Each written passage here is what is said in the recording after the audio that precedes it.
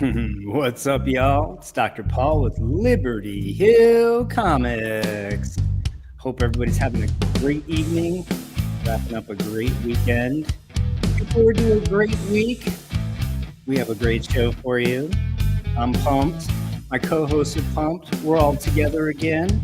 Yes, we are. And it's a good day.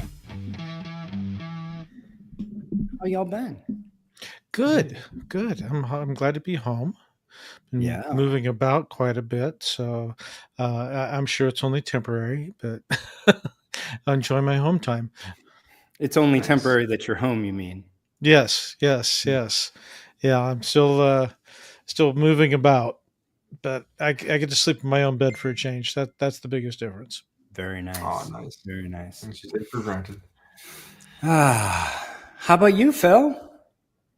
I guess I'll do the spiel as always, coming live from New York City. You can find me on Instagram at Phantom Restoration or at that website underneath my name here, and here to talk comics with these two wonderful gentlemen and the conservation realm of comics. You know, that's our niche. That's what we do. That's what we try to talk about. And I'm excited to be here as always, guys. Awesome. We have an exciting show, and we have Phil from Phantom Restoration, Larry from Flying Owl Comics. Phil is You Pluck My Last Nerve's hero, and links in the description to find these guys. Check out Larry's channel. I think both of them prefer, if you need to reach out, go through Instagram if you have Instagram is usually the easiest all the links in the description. So if you're watching this, I haven't got back to you. I got a lot of messages on Facebook, Instagram, email, probably a couple texts. So yeah, I'm reach out, but also have patience. Yeah, never be afraid to follow up, because I'm one guy and do as much as I can. Oh man. Well, we've already got quite a crew here. So good. Let's do a little housekeeping. This episode is brought to you by Collecting Chaos, Salesboy Comics, You Pluck My Last Nerve, and Archivist Adrift. All those fine fellows donated to make this episode ad-free if you're watching it live. So welcome to everybody watching it live. Welcome also to people watching it on rerun. But those are the folks who are making this one ad-free as we bring it to you. Check out their channels, all exciting, project-driven, conservation, and other comic book overlapping channels. Check them out, please. Let's say hi to everybody. Rick Nestor's here, wants to know if he's the only one in Vancouver. I'm sure there are other people in Vancouver, Rick. I don't think you're there must be. JCP is here. Rom Space Knight's here. The aforementioned You Pluck My Last Nerve is here. The aforementioned Salesboy Comics is here. Don Carter's here. What's up, Don? The professor's here. He is equally pumped. We all have a good pump now, you know. Robbie Joseph is here. Lenny Cerna, welcome, joining us from your channel, Larry. Yay. Glad to see you here. The aforementioned Jason, the Archivist Adrift, is here. We are live, as far as you know. And I think that's who we have at the moment, at least those of you that have shouted out anyway. Well, thanks for being here. Yeah. So that's our show for today. Bye, everybody. Right? I had a hard time finding a book that I was excited to talk about this week, because there's been kind of a paucity of conserved comics selling in the last month. So, but I found this one that I had skipped over about a month ago, because that week there were like 5 great books, and I didn't get to talk about this one. So I'm actually really excited to talk about this and hopefully put it in context for people, get some folks to pipe up and comment on it. And speaking of, Salesboy Comics is keeping it moist with our first super chat of the night, $2. Thank you so much. We appreciate you. He says he has more videos coming out next week. So good. Really be sure to check out his channel. If you're not watching it, you should be. highly entertaining, and very informational as well. And hope to have him on the channel, on the show at some point in the future. Let's do one question before we jump into our A block. What do you think is the hardest part of learning conservation? Patience. Yeah. First thing came to mind, patience.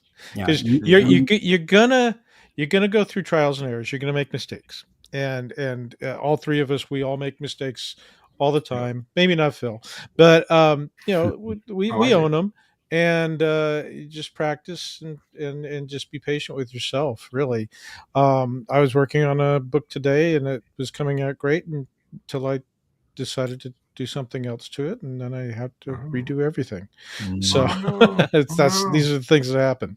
It happens. So, yeah. I would say, just like in life, the best thing you can do is assume the things that you know you may not actually know. So like what I mean to say is, it's so easy doing this to see other people doing stuff, or even to work on a few books a certain way and be like, oh, I got this. And then all of a sudden you're working on a more valuable book, and then you realize you don't got this because you encounter something where you're like, oh no, I haven't encountered this yet.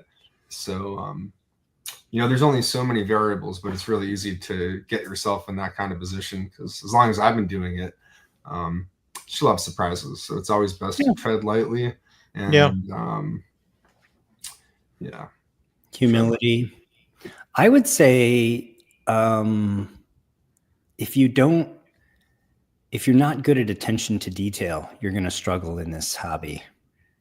Yeah. It really is not for somebody who's in a hurry, and it's not for somebody who doesn't have an eye for detail, in my experience. Those are don't cut corners. The patience, as Larry mentioned, but also the ability to really pay attention and really be present when you're looking at the book and paying attention, even though like you may be dry cleaning the back cover of a book and you've seen this back ad 100 times. You still have to be paying attention to the subtle nuance of the lay of the paper, and just how strong it is, how weak it is, what it's been through. So you really have to pay attention. So I would say that actually being present, being fully immersed in it is, I think, the most valuable skill, which isn't what you asked, but it's kind of the inverse. The hardest thing is if you don't already have that as part of your personality, that will be the hardest thing. Well, the other thing is don't do it when you're fatigued or tired, because that's when you're going to make mistakes. Just make sure, if you know you're tired, just say, this is not a good idea, and just step back. When you're tired or when you're in a hurry. In a hurry, most definitely. I think what both you said, it got me reminded my mentor. I remember meeting with him once, and I was showing him some book I had done something on to kind of get his review on, and he made some comment about, kind of like how you mentioned, Paul, the attention to detail on a level where you need to be doing stuff that like there's no one that's going to be like, oh, I see that you did that. Like you're really doing things not for the, oh, look, you can see the before and after on this, but it needs to be done. Even those little things that I've mentioned this time after time on the show, those things where I'm like, all those little things add up. And that's that attention to detail where you're doing the work on these, that it's easy to, it's easy to get excited and want to hurry up and finish something to show before and after, forgetting that you are rushing, and that's when you run into mistakes. That's when you start cutting corners. That's when you're not putting in that 110%, and you're like, oh, it's good enough, when it could be a little bit better. So exactly.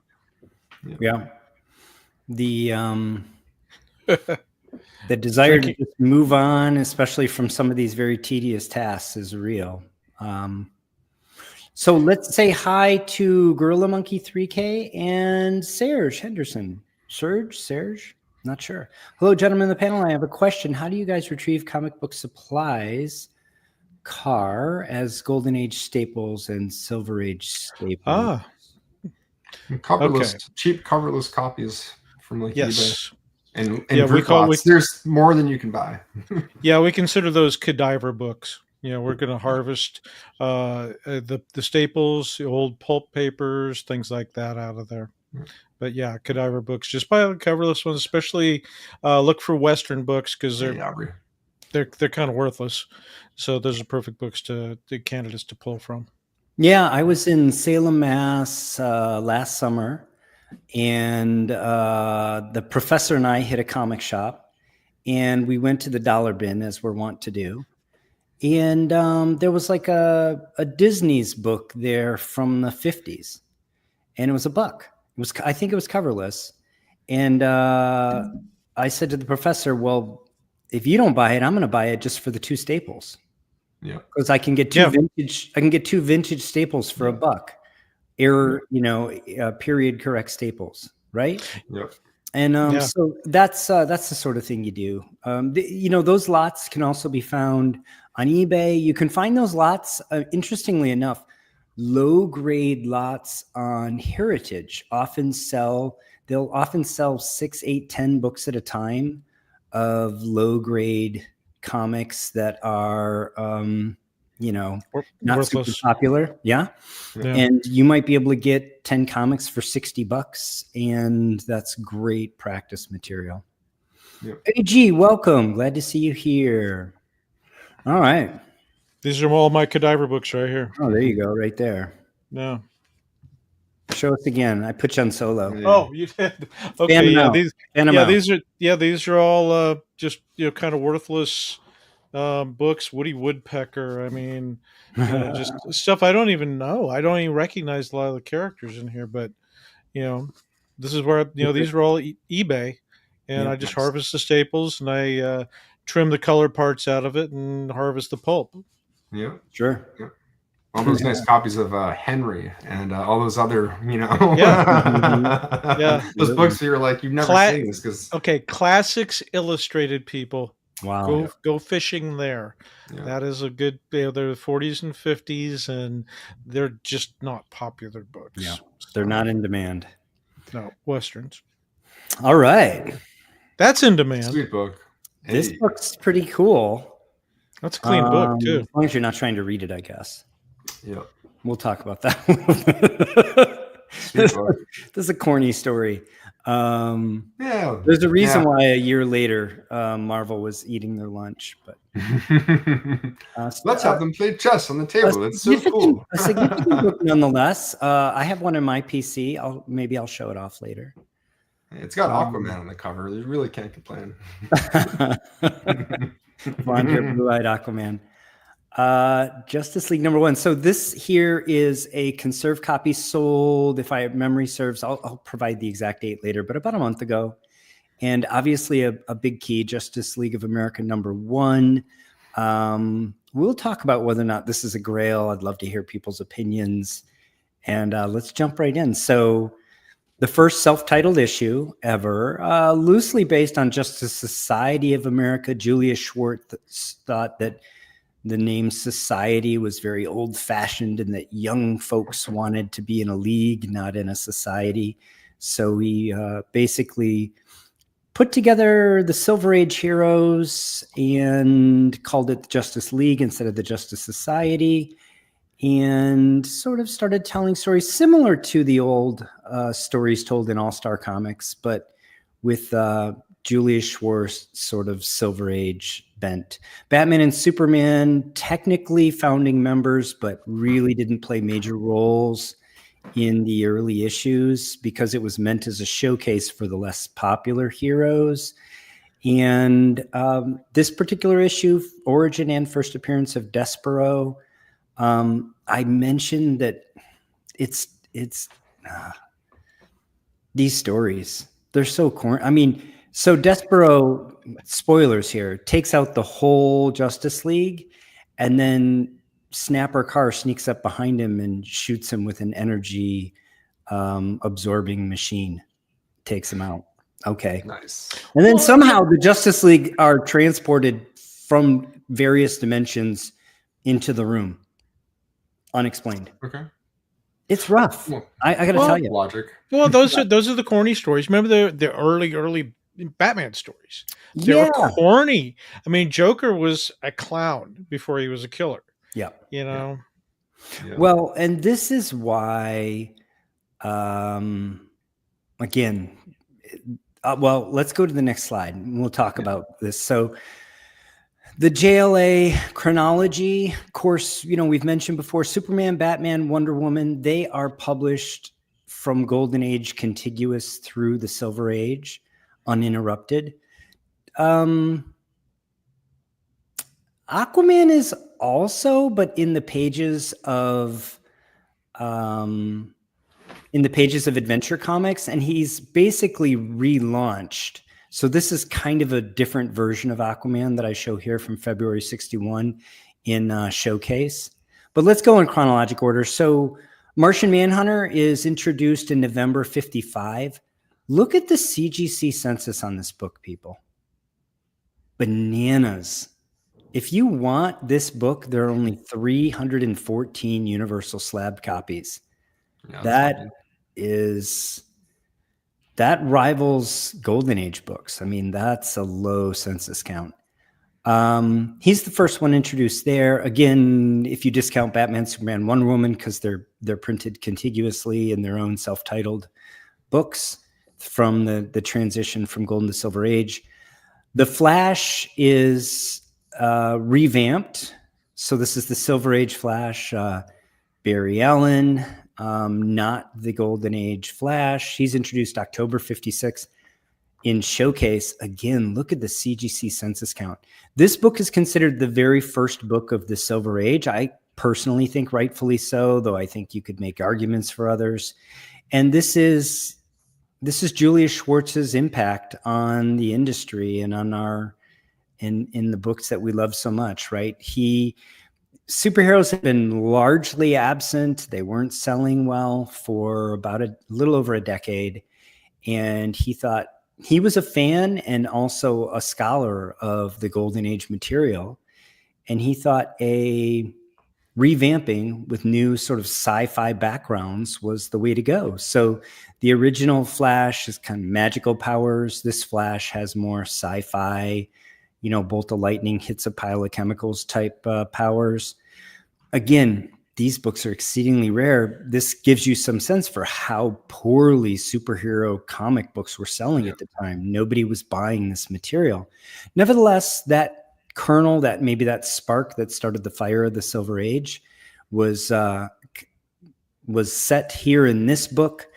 And then a few years later, Showcase launches the Hal Jordan, the new Green Lantern, or the Silver Age Green Lantern, or the Green Lantern of Earth 1, which is backwards, of course, because the original Earth is for some reason Earth 2. Nevertheless, look at the CGC count. So Flash had starred in Showcase for a while, and superheroes were picking up steam. So almost triple the number of books for this Showcase, which is still a low number. Then we get a relaunch again of Aquaman. Although he was published contiguously, they basically just from one month to the next said, this guy's name is different, his origin's a little different, and here we go.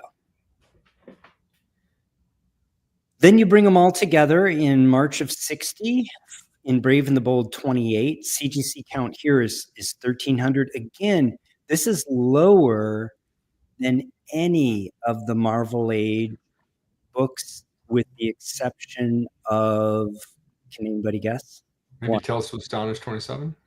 Yep. That was easy for Phil.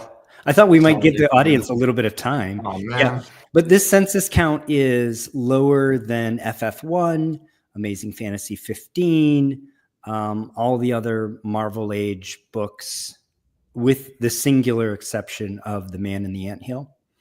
Hey, I'm here to learn myself too. I just want to say that I'm involved, but I'm also here for my own independent research. So.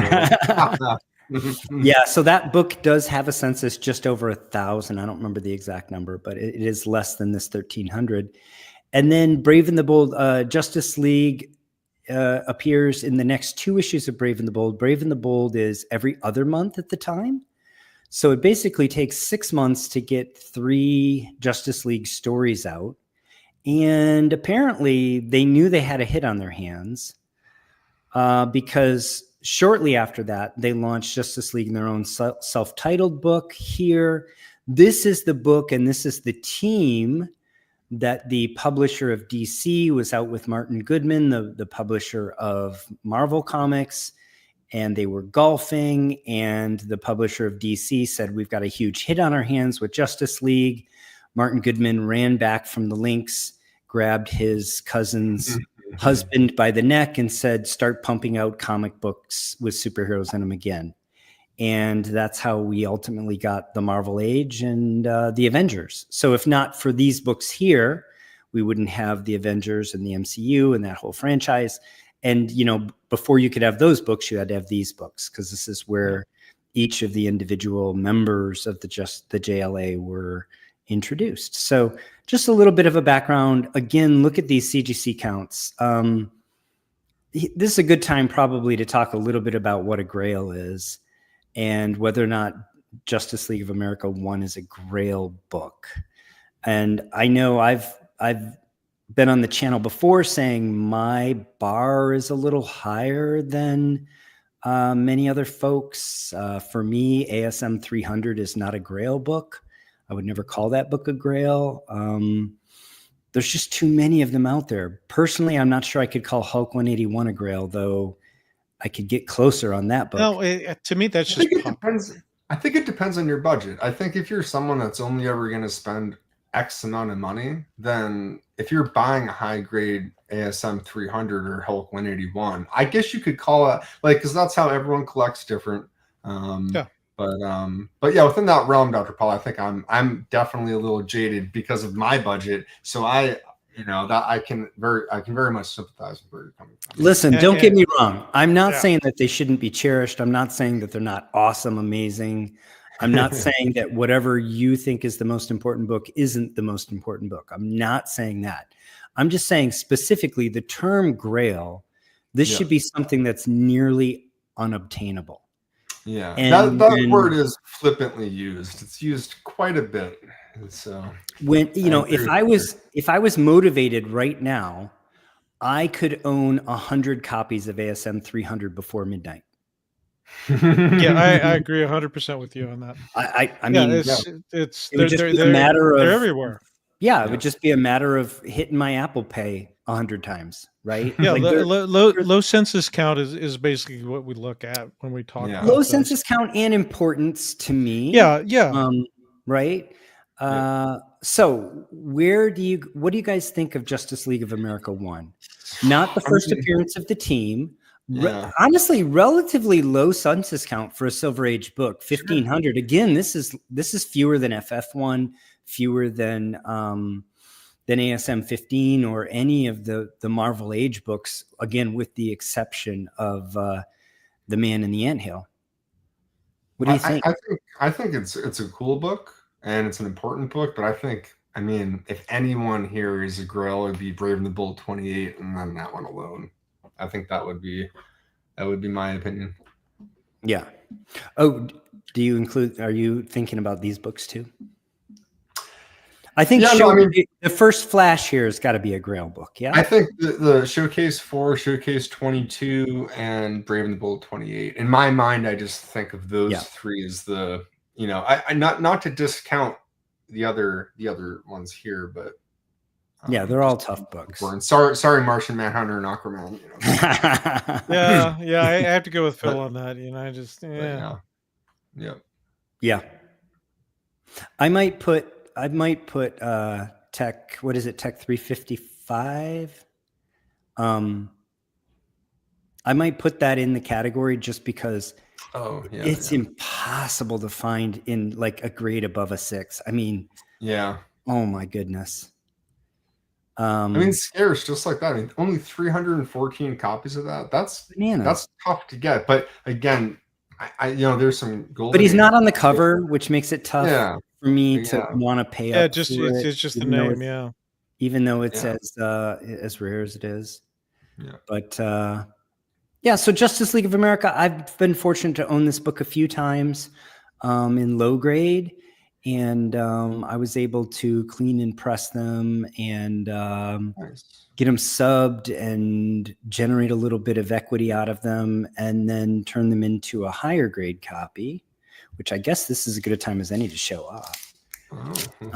This is there it is. This is my personal copy. Let's see, that light is terrible. A 7.0. There you go. Oh wow. 7.0 Universal. I got this copy. Was it like 22 or 23 when the market was just collapsing and books were selling for a quarter of what they had sold for 1 year prior, right after coming out of COVID?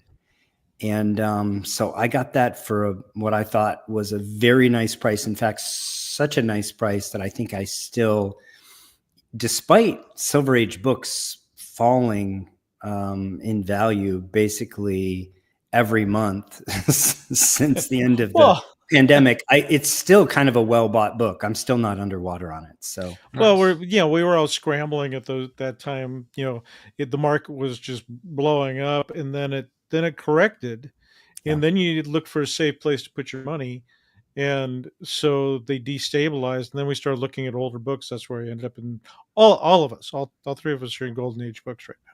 Oh yeah. They're very important. Let's see. Vulu checked in. Hey Vulu, what's up? Collecting Chaos says JLA 1 was probably my favorite comic as a kid when it came out.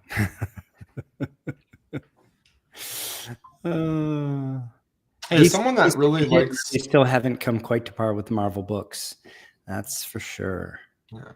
As someone that really likes chess, I do like that aspect of the cover. It's kind of, in a way, it is camp. It's so Adam. Totally that's kind of cool. And I mean, it also continues this string of freaky, bizarre villains for the Justice League. I mean, look at Starro and look at Despero, right? I mean, these are some wackadoodle villains.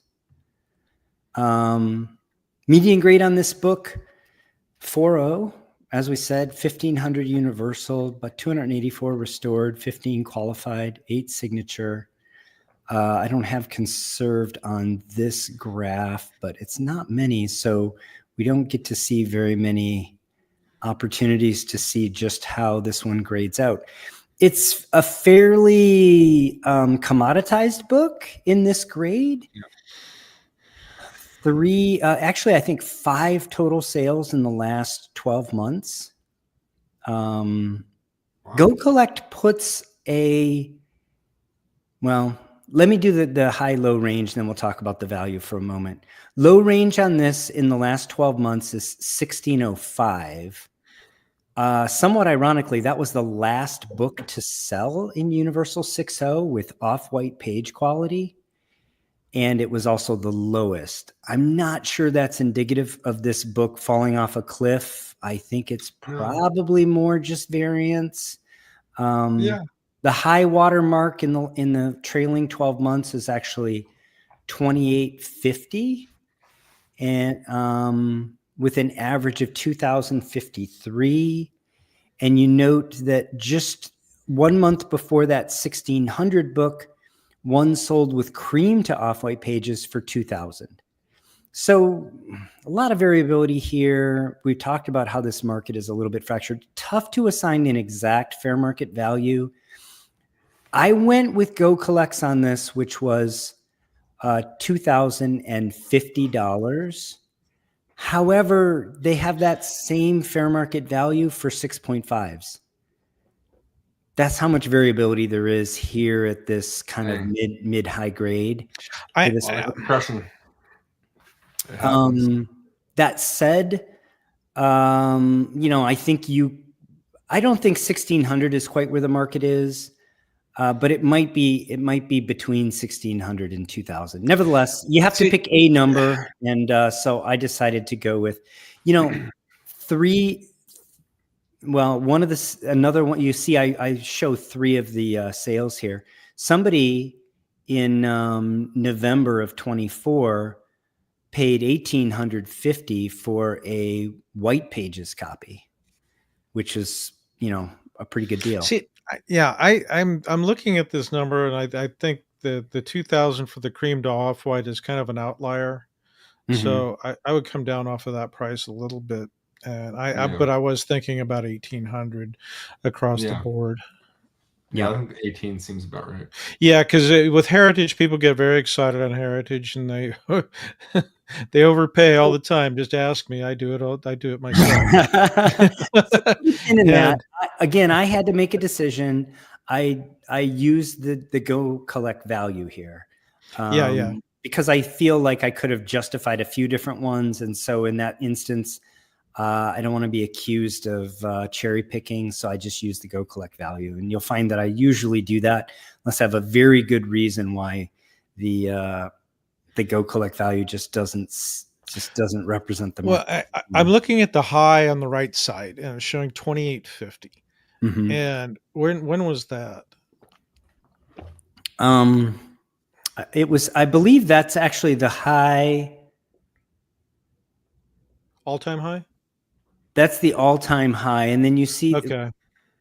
Actually, let me double check that. Is that I would suspect that's going to be 21 or 22. No, yeah, that actually is. That's the all-time high price, and it's actually from.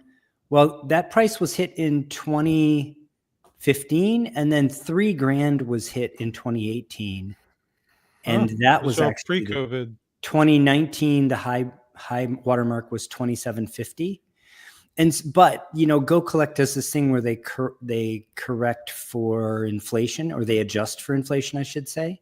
Yeah. So that $3,000 is actually 3840 in today's dollars, for reference. Okay. So yeah. Well, again, we could talk about this longer. You could justify a couple different prices, put a pin in it, but I went ahead with the $2,050. All right. And Unbothered Kitty's here. Welcome to the channel. Good to see you. Go Collect's CPI for Silver Age comics. So here's something that I referenced a little while ago. They have a collectible price index. They have actually several of them. Go Collect does. They have a Golden Age one, bronze, modern, copper. They have several. They have one just for really big books, grails. This is showing the price depreciation of the top 50 comics in the Silver Age over the past year. It's not quite as dire as it looks, because if you look at the axis on the left, really, you're only showing a drop from about 1750 to about 1650. So about 6 or 7%. It's not maybe as precipitous as it quite looks there. I guess it's just under 6%, because they have the number down below, 5.75%. That being said, this would then sort of give credence to that 1800, Larry. Yeah. Or even the 1600. But again, without actual sales, I didn't want to decide how much I was going to discount that price. So here we are. So what do we got? What's going on? Here's our book. This is a beautiful book, guys. I actually looked at the scans up close next to my 7.0, and it presents very well. I'll show you. It does. The flaws that keep it back are on the back, and they're in the very last image of the large pictures. So we'll get to them in a minute. 6.0, cream to off-white pages. At this level, cream to off-white probably doesn't affect the grade. It was graded in 2023, obviously conserved. Conservation includes cover cleaned. This is another one of those where they probably didn't intentionally go for a conserved grade here. No. This was probably somebody trying to do some... Especially by the notes. Cleaning. I've never seen that last note there. Well, these we all know that these early DCs are incredibly unforgiving when it comes to cleaning them. The ink just wants to leap off of the paper. Yep. So grader's notes, as you alluded to, Phil: staple tear, bottom staple, stain on the spine, edge tanning interior cover, moisture wiping damage interior cover. Now, got him. Is that a MacuClean? Is that no? Let's not point fingers. I mean, whatever was used to clean the cover. Just because Rick sells it doesn't mean Rick did it, right? Yeah, I know. That's a product that is intended to be wiped on books. It is. Oh, sure. And this specifically says wiping, right? Yeah. So somebody pressed a little bit too hard with the cleaning cotton.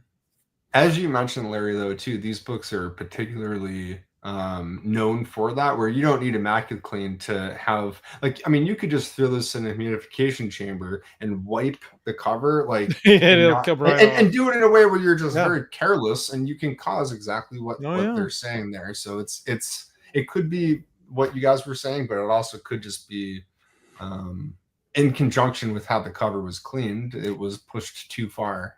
Yeah. And, so unfortunately, we can't see the interior. The exterior actually looks pretty nice. I can see the signs of the cleaning around the Comic Code Authority badge. There's some ink blots there. Yeah, potentially. What do you when you say that, Larry? Do you mean like within the A? Like no, you look right on the very edge. Look at the very edge. Oh, correct. Yep, I see what you're saying. In the blue. Yeah, in the blue, the ink is coming off. Yeah, I see what you're saying. So, something else I didn't mention, but is kind of interesting about these Silver Age DC #1s. None of them say #1 on the cover. Yeah. Oh, that's true. This one doesn't say #1 on the cover. Green Lantern doesn't say #1 on the cover. Atom doesn't say #1 on the cover. There's like 5 of them, I think. They don't say #1. I think Showcase actually does. Showcase one with the firefighters, I think, says #1. But I could be mistaken. No, it's just this Silver Age superhero cadre. Yeah. They don't say #1. I think it's also true all the way up to like Teen Titans, maybe. You know, they dropped each one, and they were like, if it's a bomb, then we can be like, it wasn't even us. I don't know. No liability. Yeah, it's interesting. Yeah, it doesn't say #1 on the cover. Yeah. But it saved ink. Imagine how much ink they saved. There's a lot of money that adds up. How many of these printed? Jeez. Look how beautiful this copy is. Like I said, I looked at these images next to my 7.0, and I mean, this is a nice looking book. Structurally, yeah, it really is. Yeah. I will say this flaw here on the bottom, you see there's 2 pieces missing. Yeah. Those don't even make the grader's notes, but those 2 chips by the spine and on the edge there, you know, my 7.0 doesn't have those. So nevertheless, nice looking book. Yeah. Nice looking book. I'm going to just double check what my next. Oh, you know what? I normally have a placeholder for guesses. I didn't do one. So let's just use this as a placeholder for guesses. Well, I already know my guess. So, as I mentioned, this sold about a month ago on eBay, fixed price. And I showed you the comps. The comps are somewhere, you know, last sale of Universal was around 1,600, but 12-month trailing average is actually $2,000. And so there hasn't been a sale in the last 9 months of a Universal. And the CPI for Silver Age has been sort of trending down. It's down just under 6% for the last year. So that's all the data you have to crunch. So given that, throw out some guesses, folks. What do you think? What do we think this book just sold for on eBay? Fixed price. Don't go Google it. Unless you're only cheating yourself. That's cheating. You're only cheating yourself. See, we're here to learn, everyone. We're here to learn, and just like Dr. Paul said, don't cheat yourself out of an education. And Larry, I'm sure you're really stoked to put in a guess on this. I know how much you like. I got an idea of what it's worth. I know what I would pay for it. Let's put it that way. Okay. I'll be honest. I had a number, but then looking back at the title where it was, you won't believe what this book sold for, and everything you're saying, I'm like, you're like you're trying to subvert expectations here. I wouldn't be surprised if this is 1850, and that's my guess. Phil, you know that I'm just putting those out there just to fish people. That's why I'm going to be really mad redirect. When the answer is what I would have said before I say 1850. Those are just clickbait. Those are just clickbait, Phil. I don't know. I see a pattern of, of how you deliver, but I could be proven wrong. And just to be proven, I'm going to write down what I would have said before here. And this is great. We have so I'm actually going to have my.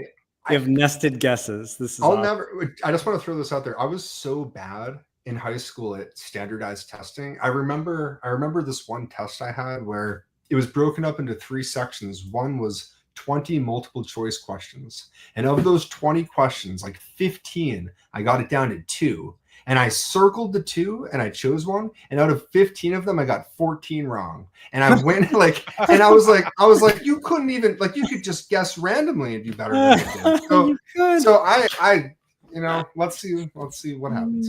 Yeah, that's good old standardized testing in the U.S. Yeah. Why are you making them so close? What do you think there? I'm looking at these numbers going by, and I see a wide range. I am going to split the difference. I'm going to say 875. 875. You're splitting the wide range. Let me go through the range. First guess out the block was 850 from Rick Nestor. You pluck my last nerves in at 775. JCP says 1400. Welcome, JCP. The professor's at 1025. Around Space Night. Okay, you make me feel better. Robbie says the Marvel comics in the first half of the 60s was their golden age. Yeah. I just call it the Marvel age. New Row Comics welcome says 900. Don Carter says 1200. Sales Boys in with a moist 1000. Vulu's in at 1075. Archivist Griff says 1024 pounds sterling, I think. Robbie Josephs is in at 1500. And Vulu says they still need this issue. Rom Space Knight comes in strong at 2,300. Yes. There you go, Mike. Those high guesses. Are we ready? Yeah, let's see that. If you want to guess and you haven't yet, guess, because I'm about to reveal what this book just sold for. What? What is that or best offer? Or is that? But it actually went for that, Phil. Yeah, because there's a way to confirm what it actually sold for. You're crazy. I didn't write down any other number here. 1850. Look how close that was. Those of you that don't know, there's actually a way to check the metadata on a page. The eBay scrubs it after like 90 days, but within 90 days of a sale, you can check the metadata. There's some web pages that'll do it for you as well. You can do it within eBay, actually. I haven't figured out how to do that without looking at the actual metadata. I think more recently, eBay within your seller page, you can search lists. So eBay is not even trying to hide it. Just say that as saying I have one of these to sell, then it could say here's comps, so you can actually do it. And eBay is very transparent now. Well, the data's there. Yeah, there you go. But seriously, $2,000 for a Conserved $2,000 plus tax. To buy it now on eBay, and that's the difference between if this went for auction versus buy it now. You're going to get 2 likely different prices. So yeah, I mean that's universal price. Yeah, basically. Well, technically, the value that I used was 2050, so it's 98% of universal. But I'm with you, Larry. I think it's all of universal price. I'll tell you, if I put a universal 6.0 up right now, I'm not sure that I would expect $2,000 for it. Yeah, I agree with you. And I would ask it.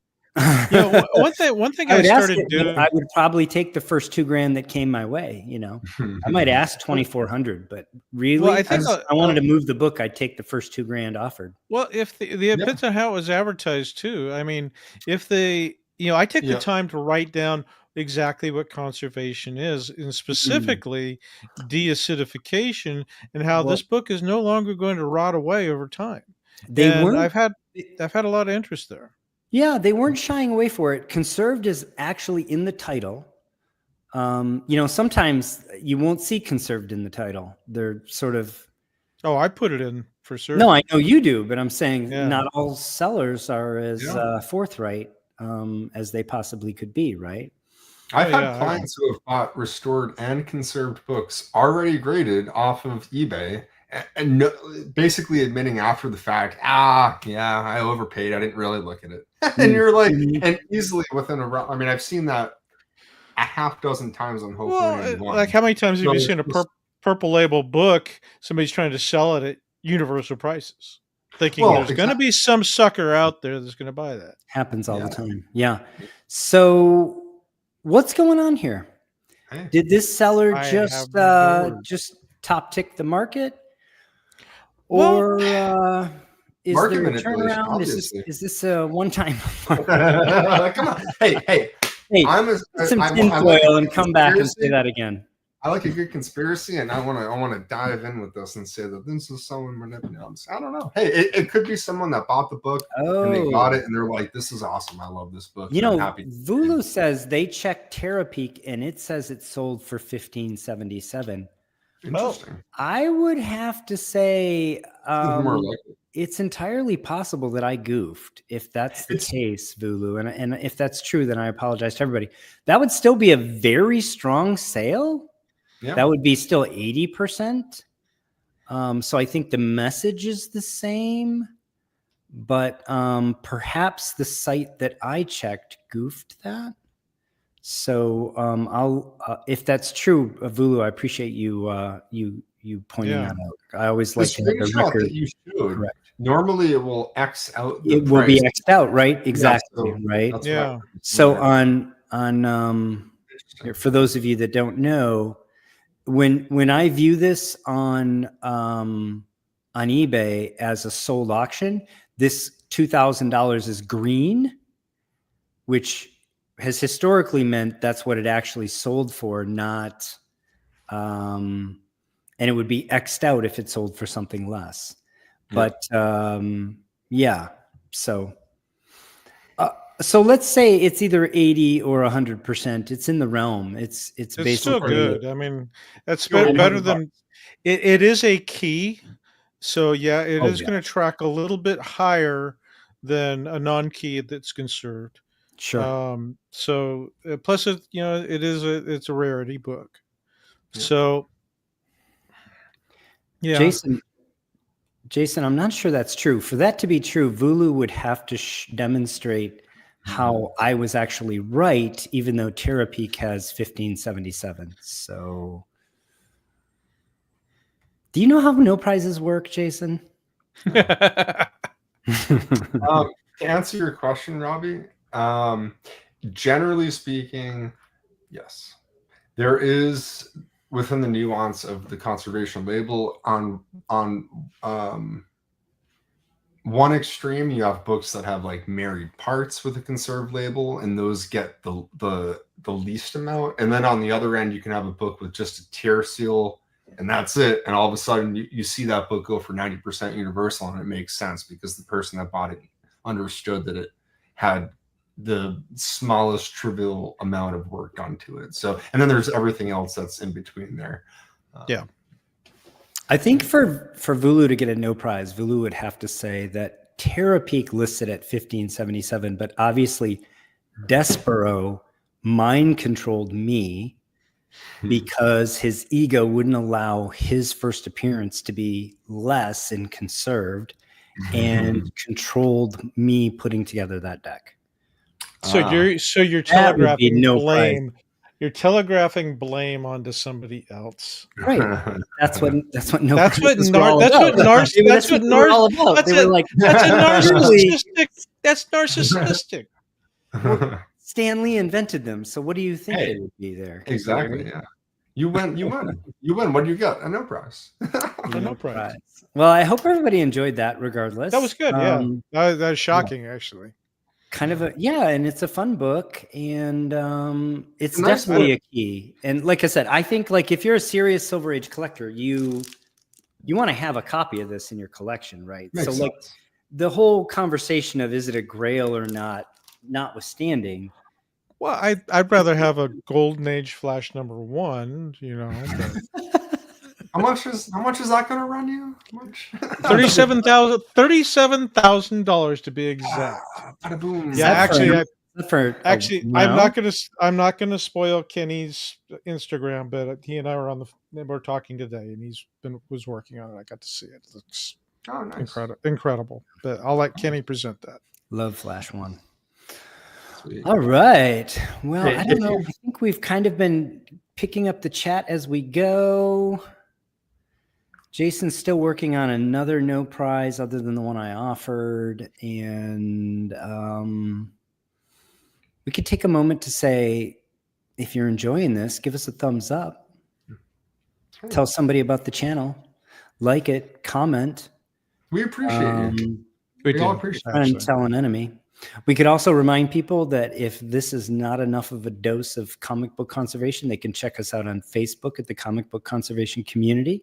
We could also remind everybody to go vote in the Comic Book Community Awards here on YouTube and make sure that they're nominating their favorite channels and checking out the different categories.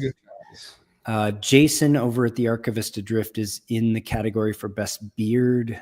My guess is it's going to win hands down. I think he'll win that one. Yeah. Make sure there's a lot of beards in our community. Really beard. Make sure you go vote. You know, I am not in there. I'm not. None of you nominated me, so. You know that's not true.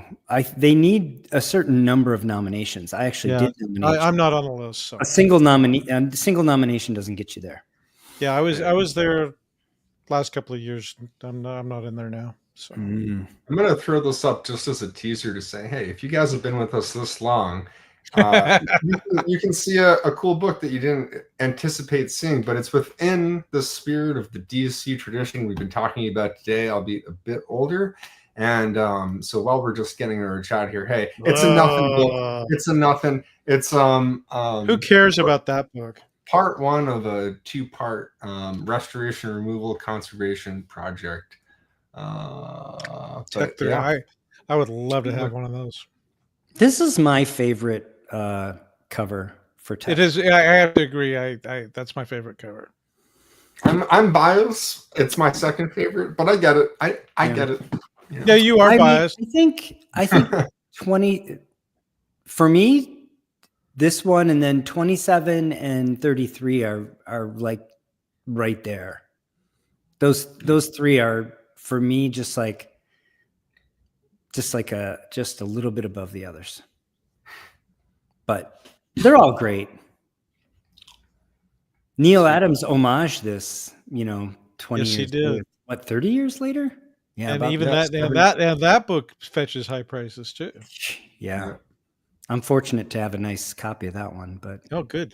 Looking forward to checking this out. What you doing with this book here, Phil? Hey, yeah, this has been a long project that the conservation's coming to a wrap now, but this is just to kind of show. I posted this on my Instagram, but I never posted really any involved removal pictures, just a few pictures of the book as it sat before anything was done to it. So this is a little nitty gritty into what this book came back as a universal grade after, and not to, my own whatever, but this was a C5. And I'll just say there's not very many instances where restoration can remove from a C5 in any reasonable situation.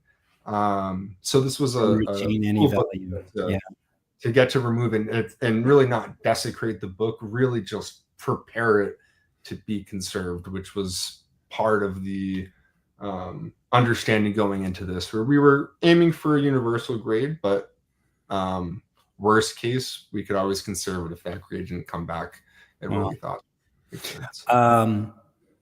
So for those that don't know, the books that are graded at CGC, if they have any sort of interventions on them or what they call enhancements, those enhancements get graded as well. And they get graded with a 2-part system. The first part is ABC, A being professional, B being kind of middle, C being completely amateurish.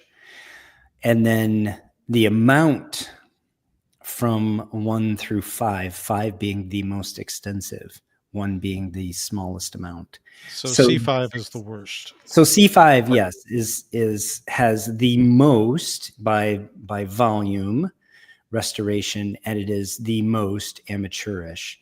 Those folks that do buy restored comics pay attention to those generally. So if for example, this book were to sell 2 copies, both in 1.8 and otherwise presenting reasonably, if one was an A1 and the other one was a C5, there would almost certainly be a significant price difference between them. A1s fetch generally much higher prices because, as Phil alluded to, it's easier to remove the restoration and preserve a reasonable grade in Universal. Whereas C5, most of the time, removing the restoration is so extensive and so poorly done that usually removing it just destroys the book entirely, and there really is generally not considered to really be any meat on the bone left there. But many instances. I like challenging projects, and looking at this one, I would walk away. Honestly, I'd see that C5 and go, yes, the glue on spine, color touch. I'm like, nope, don't want any part of it. So the client that sent me this did ask straight up before purchasing it, kind of what I thought the potential outcomes of this book were, and I told him straight up there was a likelihood that once this was cracked, that the most realistic path for the book to go down is just to remove what's there and to redo it professionally, but keeping the book restored.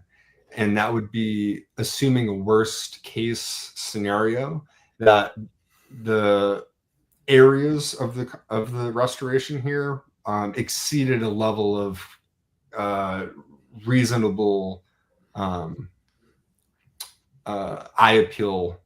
I'm doing a bad job of like kind of articulating what I'm trying to say, but I guess what I'm getting at is that there was an understanding that there is a likely scenario that it could be restored after, that there was a chance it could be a good universal grade after, but that there was also a chance that everything could be removed and then it could be conserved after. So really this book had 3 different potential outcomes. Sure. Which is kind of not something you see all the time. A lot of times people will send me a book that's like a C3 and I'm looking at it, but it's got trimming or it's got something where there's really no scenario where the book could be blue label after. So this is a unique instance. And just to jump in, we've already kind of gone over some of this in the past, but just for anyone that doesn't know, so this book was published by DC in September of 1939. So we're going on, this book is getting very close to almost 90 years old. It's got the 5th appearance of Batman and the 3rd cover appearance. It's a classic cover. I don't need to tell you that. And it's got the 1st appearance of the Monk and Julie Madison, which everyone's like, who knows Julie Madison? That was Batman's first love interest. Just as a sign. Before Vicky Vale even. Yep. It's one of the most desirable non-main first appearance comics from the Golden Age. Yeah. And that's just kind of a cool. Maybe just one. Yeah. Can you name it? Can you name a book more desirable than this that isn't a first appearance in the Golden Age? Well, yeah, you could look at like Suspense 3. There's certainly other books that have that, but it's a very short list. Even at this level, to see one that's I'll put it this way: a book like this in a 0.5 to a 1.0, you're still looking at between $20,000 and $30,000 for an entry level copy of a book in a 0.5 to be that much money. There's very few that aren't first appearances that reach that kind of level. Yeah, Jason points out Superman 1. Sure. Yeah. All right. Here's some photos that I believe I've already posted on my Instagram. So this isn't going to be anything new, but quickly I'll get into the removal aspect, which is going to show some new stuff here. So right off the bat, one thing that you can see here is if you look at that black line that is right up against the border of the art there, that line is redrawn. So really what you're looking at is white acrylic paint covering the original cover art, and then that black line is drawn to the right to make a better edge, so to speak. So what I'm assuming happened was back in the day, to tell the story of what I think happened to this book probably had tape all along the outside spine. It got removed and it pulled off color. And then to make it look cleaner, this person decided to, well, among other things, hit the spine with white paint and then redraw that black line up against the art to make it look cleaner. Nice. Yeah, very nice. And then that wasn't all. So that was something that stood out to me initially, but then there were other things that I found out here where I think looking at books now, I can look at them with better eyes because I encountered this one here. Because I encountered something that I've never seen before. And you'll see some photos here where you're like, I guarantee some of you people have never seen restoration like this before. I'll say that. Remember when I said walk away? No, this is one where if you really don't know what you're doing, it's easy to remove all this and cause a lot of extra damage because you got to kind of reverse engineer what was done here. So you can see here something looks kind of suspicious when you have the inside cover and first wrap there. You can see along the edge of the first wrap that's paper that's been added. That's not. Oh yeah. From this book, it's foreign paper. It's more apparent at the bottom of the spine there. You can see that piece that was added. That's a very different color. Sure. And then from the inside cover there, you can see the second wrap, which from that point on, the whole interior of the book was really solid. Incredible page quality, nice white pages. There wasn't any other restoration. Staples were nice. It's really just the cover and the first wrap here that have been kind of Frankensteined. So this is what the cover looks like, open all the way. And then what you're able to see here that you don't know, but I found out once I started working on this was, all right, so you got the line that's been redrawn, right? Now you can see that white is also acrylic paint that I've told you. So really the cover arts, there's supposed to be more cover art that's being concealed. If you also look at the back cover now and you keep looking at the back cover, you'll eventually hit the point where you realize, it's kind of yellow odd. stripe. That yellow is very clean, like very clean. You would presume that if the outside edge of the back cover yellow is dirty, that the inside edge back cover yellow should be just as dirty, but it isn't. So then you're like, well, what is that? Well, what that is an entire strip of paper that's been added over the back cover there, concealing what I assumed also would have been yellow color loss from the tape that had been there and removed. So someone to make this look pretty and look nicer decided to adhere color from another comic over this one. So Jason wants to know how the piece fills would have been accomplished. My guess is this is probably just like PVA glue, right? It's probably not easily reversible.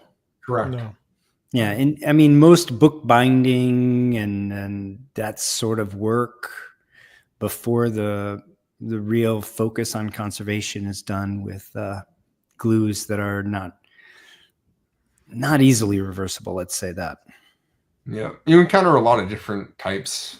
In my experience, it's never but you're never really encountering like wheat paste or methylcellulose MEMS. These people like the people that are doing this. That wasn't Elmer's glue. That's literally that's the first thing that's available. Elmer's glue. And that is PVA. And that's PVA. Those of you that have been watching my channel for a while know that it can be dissolved. It can be solubilized, but usually at the cost of some ink. Exactly. Because the solvents that you need to polymerize PVA will often lift some ink, but you gotta be careful. Yeah. Here's a and few most photos. people, and actually, sorry, Phil, but I'm giving the impression that you got to be careful. You do have to be careful, but most people would rather remove it physically than try to dissolve it. Scrape. There are ways there are instances in which I think it's worth trying to dissolve it, but the sort of according to Hoyle way would be to scrape it off. Sorry for the interruption, Phil.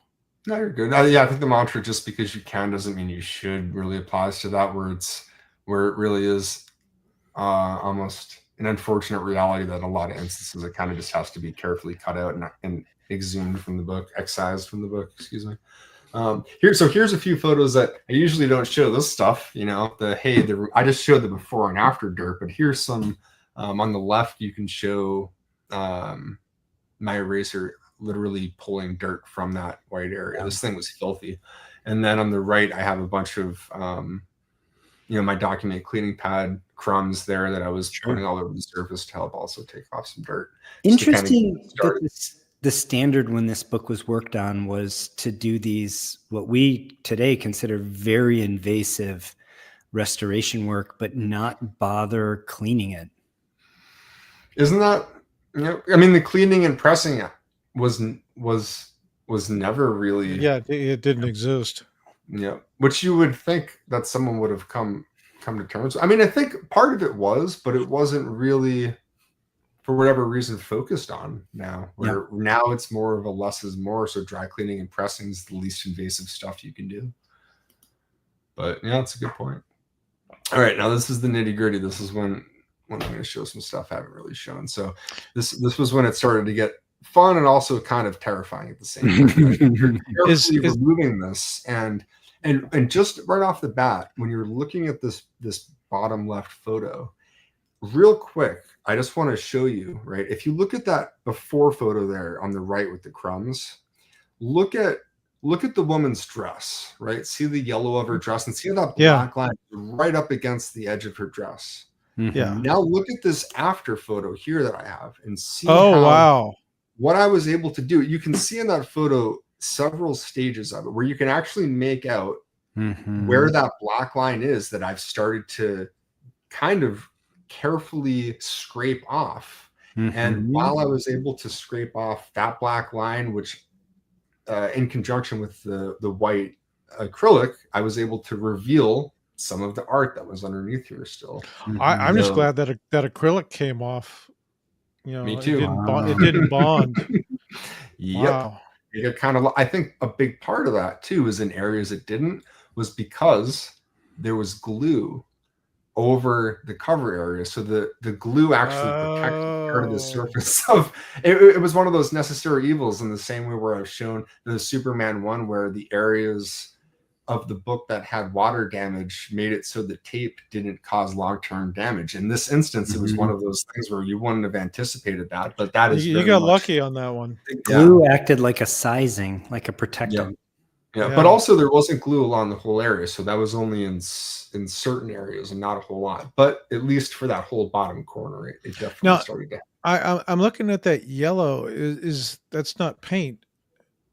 No, the yellow is literally an entire strip of paper that's been pasted over the like just to the right of where that black line is. That's a whole yellow strip that's been added.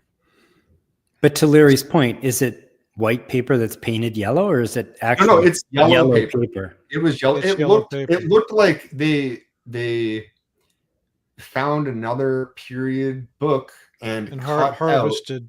They literally, just like we take the staples, they maybe a more fun or who knows what it was, and they because I'll put it this way. At first, I didn't even notice it. It really it's you see so many other things in the book. It can be tough to catch it all until you start, and then you're like, wait, why is this raised? Why? And then you're like, oh my god, it was so seamless. You need to spend some time with these books. Yeah. And I. Never seen anything like that before. So from the inside cover, you can start to see, it looked a lot messier. And then one of the other aspects that I had never seen anything quite like this before was on the left, you see that border around the ad.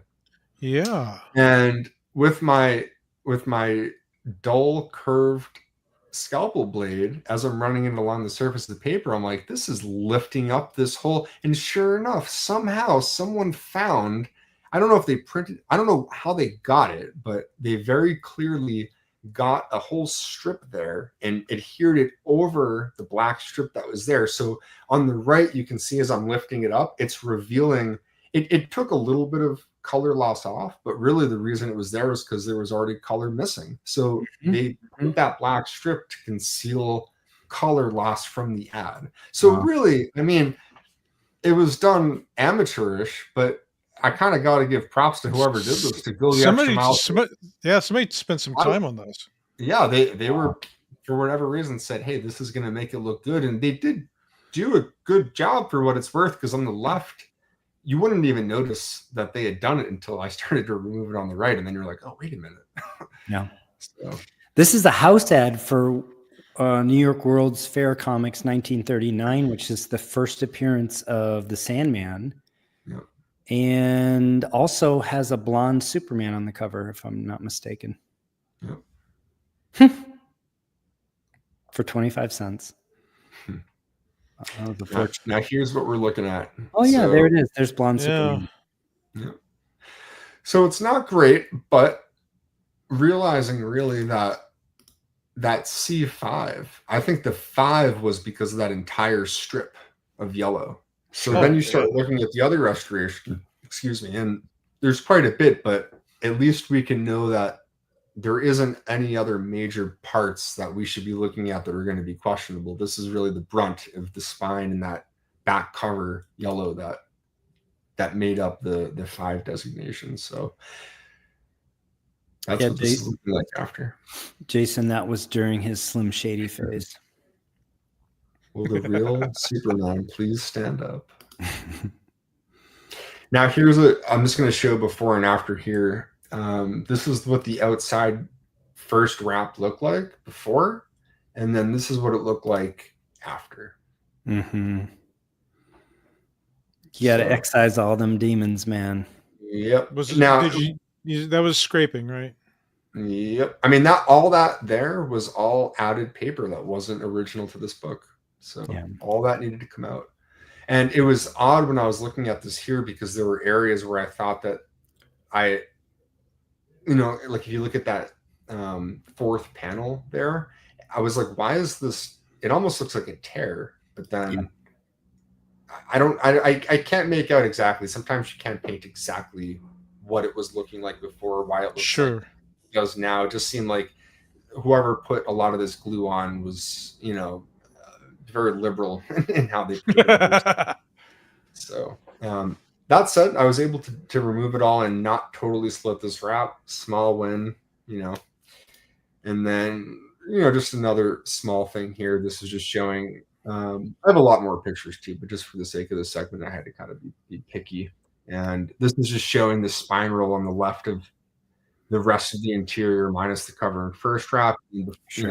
After I was able to press it out and get the book ready to kind of be put back together. Now here's what you're looking at for the front cover after everything was removed. Yeah.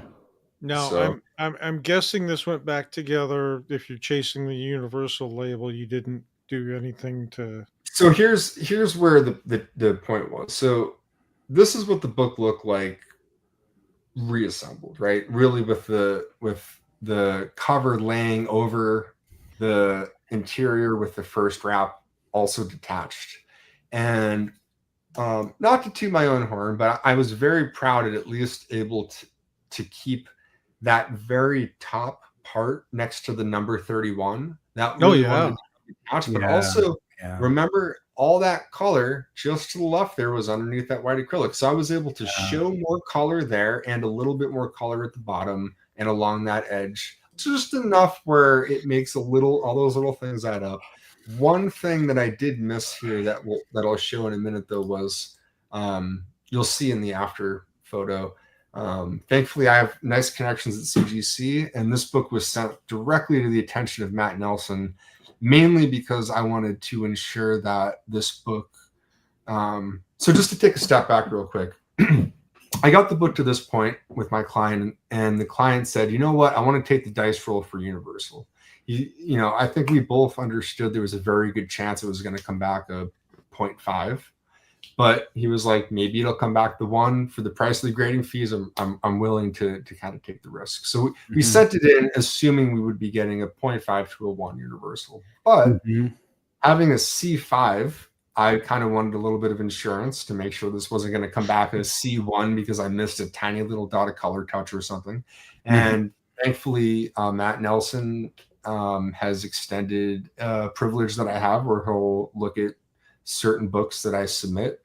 And he was able to look at this book before grading and did catch a small area one area the size of, your pinky nail that I did miss of black right on that black line underneath the Detective Comics logo there. Just to the left of the U.S. Patent Office, right? So okay, I see it now. You'll see that I was so borderline. The line's a little fat right there. Yeah, I was borderline, but I also through my black light, my lights and everything, I was like, it's not showing as not original, even though it suspiciously seems. And I was not assuming that he would take the liberty in pointing it out. But I figured if there was going to be an issue, he'd bring it up, and sure enough, he did, and he graciously took his time to just kind of take that little bit off himself, which I'm very appreciative of. That was nice of him. Wow. This is what the book came back at. Oh, wow. Oh, okay, 0.5. And all right. I will say that little area, it was a bit more than I thought. I will say, if you look at the before and after that area, it's a significant area. It's a little bit more than I anticipated. It is still. I think I see it though. I think that blue I see because that blue doesn't quite seem right either.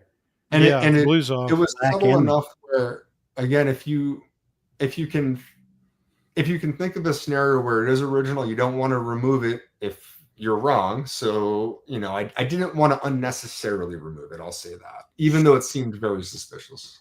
Sure. So 0.5 though? The Come on, was missing there's a back page, the whole back cover, and still get a 0.5. So I think this is the 0.5. Here, let me just give you a little thought experiment. If this is 0.5, let's crack it. Let's sell the back cover for about $5 or $10,000, and then let's resub it and come and get another 0.5 for it, because that's what is allowed. You're actually at 100% correct. Come on. Yeah, because you're going to get a 0.5 with the missing back cover. I do not pretend to be a grading expert, but I have to say I really don't understand why this is not a 1. Yeah. CGC is very good with me. Matt's very good with me on stuff. There's certain things that I undeniably have to say I don't agree with, and Paul, I'm totally with you on that. I think that if we're looking at a 10-point grading scale, I think to say that this book, even rough, even with the cover split, the pieces missing, the first wrap, having that paper missing, I still think a 0.5 is pretty harsh. You can be missing 3 interior wraps and still get a 0.5. Yeah. So how can missing the center of one wrap? Okay. Again, I'm saying this in disbelief, but I'm not saying I know better than CGC. There's probably some rubric that I'm not aware of, and if I was better educated, I would know. I just have to say I don't know what it is. So I think that, unfortunately, the mantra that is consistently hidden behind, for lack of a better phrasing, is not all books and grades are created equal. And you could make the argument that that's true. And I've been told that argument time after time again on books where I've increased the technical. That's obviously true. And even my little, tantrum comment earlier where let's crack it and sell the back cover and then resub it and get a 0.5 again and just make 10 grand extra. I mean, a 0.5 that has front and back cover is going to sell for more in the marketplace than a 0.5 with a missing back cover. It will. Yes. Nevertheless, However, wow, I don't, I'm pretty familiar with Matt's book on the grading standards. I know that a fully split spine technically can still be a 2.0 if it's otherwise doesn't have doesn't have major defects, right? Yeah. So that's kind of where I start. I go, okay, so it's a 2 with a split spine if everything else is fine. And then I take 2 relatively small chunks out here and I take out the center of the first wrap. And I just don't get a full 1.5 subtracted from 2 to do that, me personally. I just think this is a solid 1. But again, I'm not an expert. That's interesting.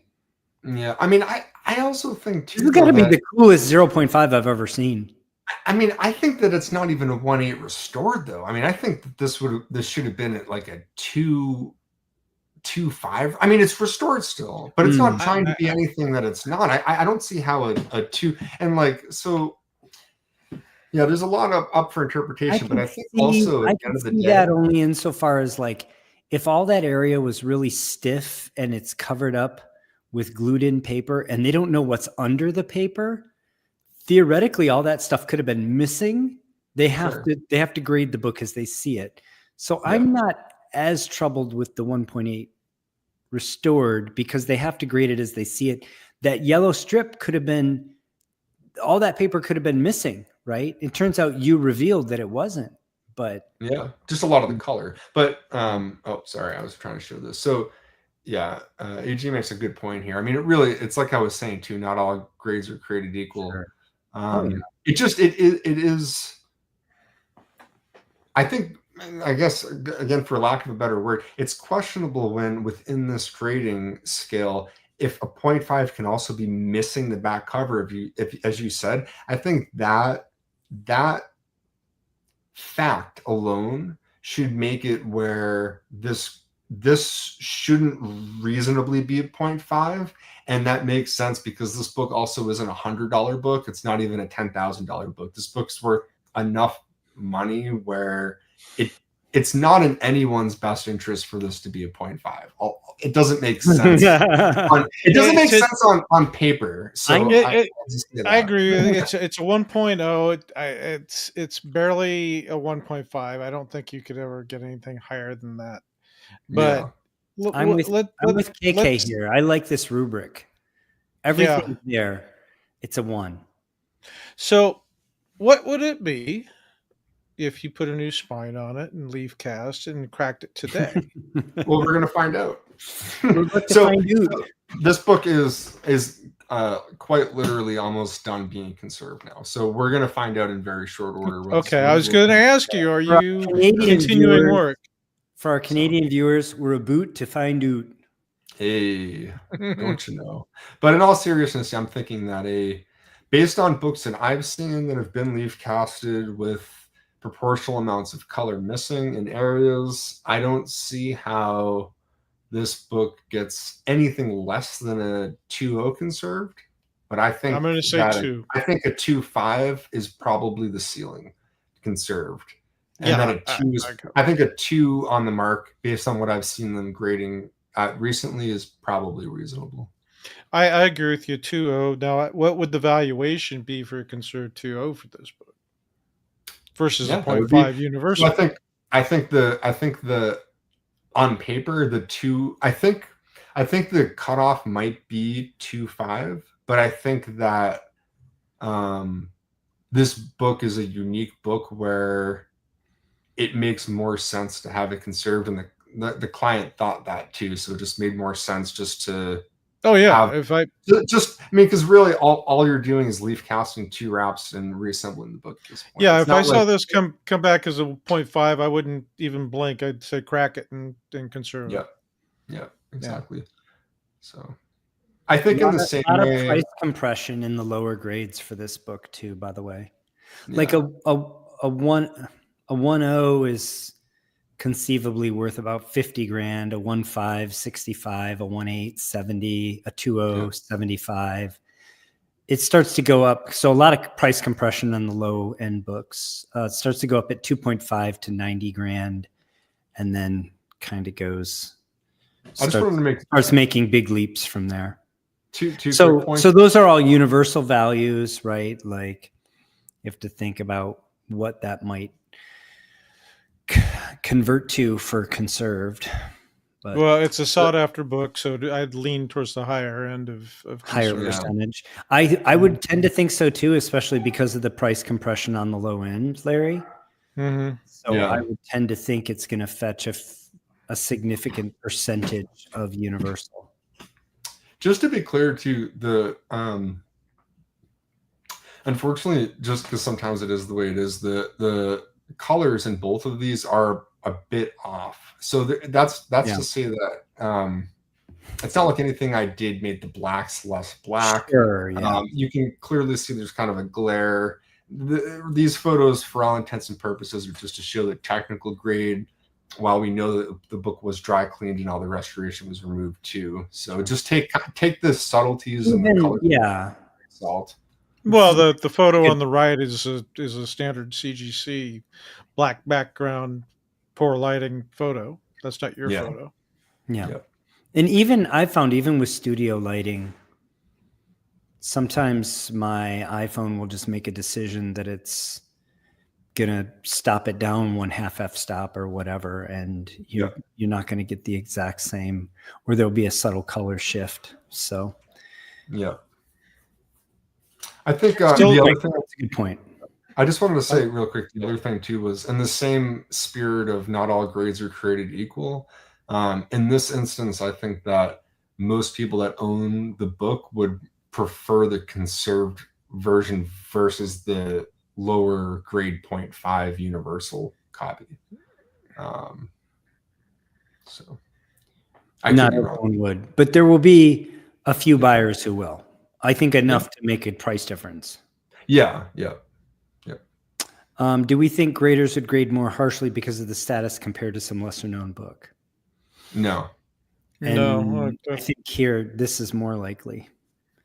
The idea that Golden Age books get a more lenient grading. Yeah, there is the Golden Age bump. That is definitely a thing. So you can make the argument. I've seen some 1.0 Silver Age books that I thought looked pretty similar to this, and I was like, damn, this should get that one. I mean, excuse me, point. So I don't know. I try to remove all of my opinions about it, because I very much agree with your initial reaction, Dr. Paul, where you were like, I don't see this as an honestly. And again, you know what? I'd love to have this book in hand the next time I see Matt and say, help me understand this. Yeah. Not in a combative way, just like I thought I understood grading, but clearly I don't understand this. Help me. And it's different. Like, look, if you think something's a 7.5 and I think it's an 8 or vice versa, that's one thing. But even though we're still talking about 0.5 difference, we're now talking about doubling the grade. Going from 0.5 to 1 is literally doubling the grade. I mean, this is not an insignificant difference. And so, again, not in a combative way. I would like to be better. I would like to learn. I'd like to know more. I don't understand why it's a 0.5. Yeah, I'd love to be able to hand this to Matt and say, help me understand this, man. And give him my rationale and let him tell me where it's flawed.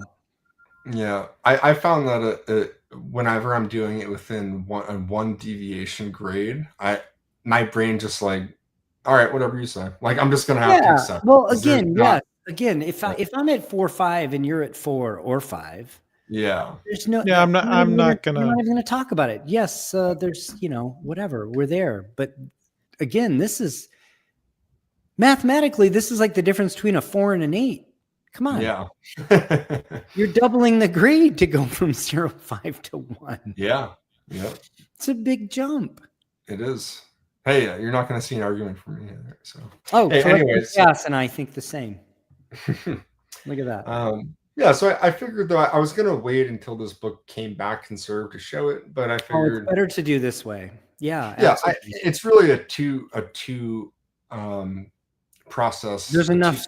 It was right. Sure. It got graded in between. Plus, you have enough content, and this creates a little bit of interest in how it comes back. So, Also, that means that if I say that this book's being sent to grading virtually next week, that this is a good question. Well, was it over 50 to begin with? I'd say it went up in value here, right?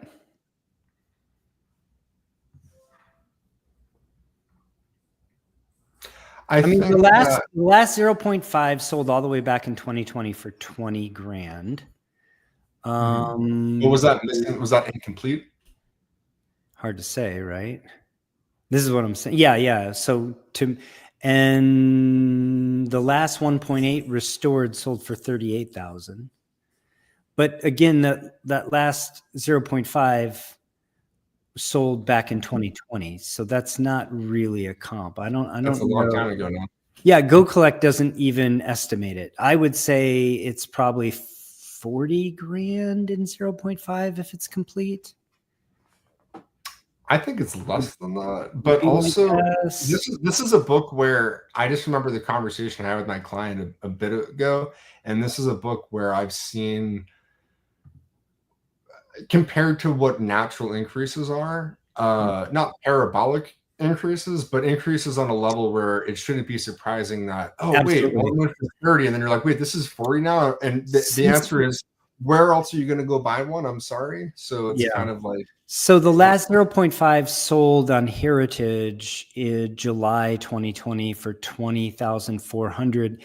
It is less complete than this one, but it does have front and back covers. What do you mean when you say less complete? I mean, like the material missing here on the left. It has like a whole half-inch strip missing front and back along the left of the cover. So a bit more. Okay. The cover's still there, but the whole gutter, the whole like center of the cover's missing. This is worth. What do you think it's worth? Pre-Robin tech books have been some of the hottest books since the end of the pandemic. It's hard for me to honestly. They've gone well. I'm valuing this based on my belief that you have a lot of price compression at the bottom of the grade curve here, and the last real comp, a 1.5 sold for 66,000. That's a good comp. Yeah. I also think that there's a lot of. So if a 1.5, you have a lot of price compression at the bottom for these books. And if a 1.5 is worth 66 grand, this book in my mind is 35 to 45. There's a lot of people that would never buy the restored copy too. You have to think about it from that. Like there's some of the purists that no matter, at best, they'll see it as a C5 and be like, C5? They're like, maybe C1 or C2, but not C5. Yeah, I'm not afraid of a restored copy because I'd look at it from a point of conservation or restoration removal. And I'll say regarding this book, I sort of blurted it out earlier, but I can't remember seeing a cooler 0.5 in my life.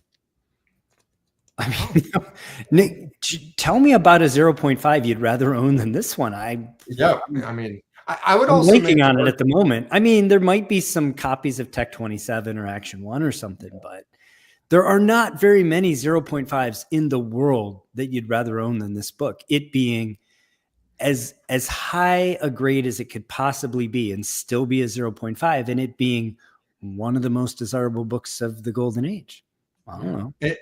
From my trying to be as objective as possible perspective, which definitely has a little bit of a bias, but I think that looking at this book, just looking at this before and after, aside from that one area on that black line that got removed. I think aside from that, it looks so similar, at least in my opinion, to what it looked like. You didn't lose that much eye appeal really in the after, at least from the front cover.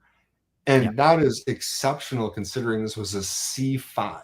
I'm just that's something where it's much more apparent in the back cover where you see a lot of the paper missing. But we know too that the front covers by and large where a lot more of the grade is, where the eyes are looking.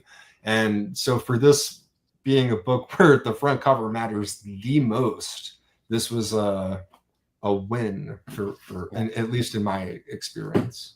Yeah. So now it's just serving it too. Well, we appreciate you sharing it. Looking forward to the next segment. And thank you, Collecting Chaos and Don Carter, for the super chat. Yeah, thank you, guys. Appreciate it. Thanks, guys. KK says would still love to own a book like that. That's for sure. Wow. Yeah, it's definitely been through the ringer, but damn, it's a Detective Comics 31. It doesn't get much more. I mean, that's a Tesla right there. 0.5 Tech 31. You can buy a Tesla with that. Oh, well, yeah. Thanks for sharing it, Phil. Thanks for the lively discussion. Yeah, that was great. I appreciate it. There's an All-American 16 and 0.5 somewhere out there that would be that would edge this one out, but there aren't very many books. I'm looking forward to seeing what this looks like. Comes back as Conserved. Me too. I'm very excited. Yeah. My client's very excited. I know he's salivating, anticipating getting this back in his hands. So I'm not as happy as he probably is to be getting it back, but I'm right up there. So. Oh yeah. Now, you still have it in hand, or you said it was almost done? It's in hand. It's going to be sent out very shortly. But also, this is a marker turning point for me, at least, in all the time I've been doing this, because one, I don't publicly offer leaf casting, at least yet, because clearly this book needs some, and that means I'm going to be publicly offering it. So I'm very excited, but I also have just had I've been as I like to say, up to my head in I'm drowning in comics, and I just have a lot, and I have a lot of other books that have needed stuff other than casting. I haven't really been in a position to, but this is an exciting one to kind of officially get to show off. I think it's fantastic. So I've been in the dark with the casting while Cap here, shows a lot of his awesome books he's been working on. Well, the thing is, I've got a stack of books myself. I have just my Planet Comics books. I have 25 raw books that I need to get through, and I can't get to them. Yeah, and it's killing me. Oh man. Well, at least you're home now, so you have a little bit of time to. Yeah, I'm buying, but I'm not working and fixing these things. So we appreciate everyone's patience. We went over 90 minutes. Jason, let's pin that question for the next segment, and Phil can tell us more about the leaf casting and the conservation when we do the follow-on segment. Heck yeah. Again, want to thank sponsors of this episode. Yeah, everybody give them a thumbs up. Go give them a look and a follow and a view. Collecting Chaos, Salesboy Comics, Pluck My Last Nerve, and Archivist Adrift. Thank you so much to those super sticker posters for this episode. You guys will be sponsoring next episode. Those are Salesboy Comics, Collecting Chaos, and Don Carter. Thank you all so much for joining us. Thank you for the lively chat. And appreciate my co-hosts, appreciate all of you, appreciate those of you watching us live, those of you that will watch us on rerun. Again, if you enjoyed the content, please give us a thumbs up. And have a great week, everybody. Until next time, take care of one another. See you, everybody. Thanks for tuning in.